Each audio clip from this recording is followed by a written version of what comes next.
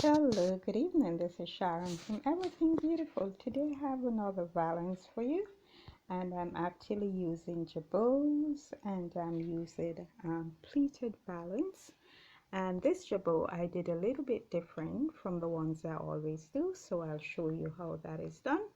So I've done some layering here. I've used one pink over a white, and they're both pleated. And if you look here, I've used two medallions.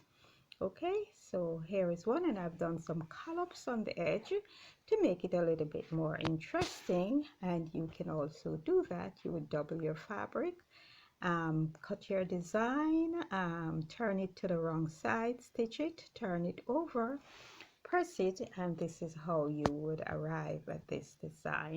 Okay, the scallops edge, another.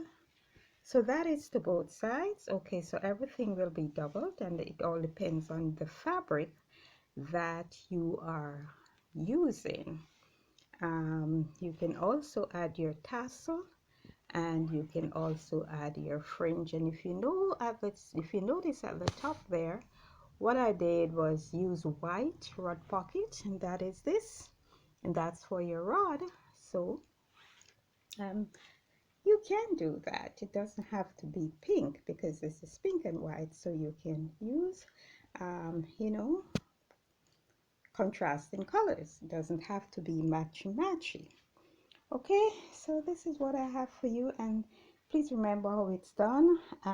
You measure your window, the width of your window, and you decide the measurement that you would want for your jabots, for your valances, your pleated valances, and also for your medallions. Okay, and remember your pleated valance, if you're using 2 inches pleats, you're going to need 6 inches for one pleat, and if you're using 1 inch pleat, you're going to need 3 inches for one pleat, and that continues. So happy sewing, and I will show you how to cut these jabots. As I said, they're a little bit different from the ones I always do. So without further ado, let me show you how that is done.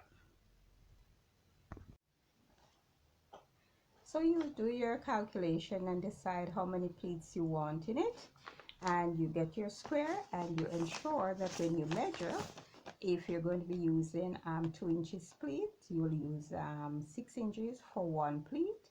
So you decide on the amount of pleats that you're going to put in, and so you do that measurement with a little allowance, and that will give you the top of the jabot. So consider this to be the top of the jabot. So you fold your square in two, and you cut it. As a matter of fact, with some you won't even have to cut, because if you consider this to be the top and here to be the side, what you'll do, you'll flip it to the wrong side, stitch here, stitch the side to the wrong side, and put it back on the right side. So you would actually have your fabric doubled. Okay, so you stitch only one side, leave here, you can add your tassel or your fringe, and here would be for your pleat, and you start to pleat, okay, like this. And if you notice, we have a point there. All right, so this is what you would get. We have a point there, so that's another way to do your jabot. And as I say, if you want to cut it into, cut the square, is how you do it.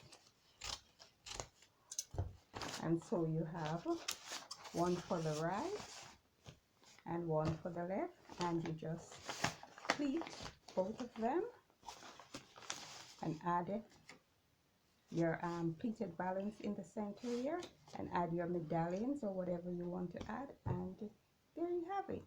You've completed your valance. So thank you for watching, and please remember to like, share, and subscribe, and I'll see you in the next video.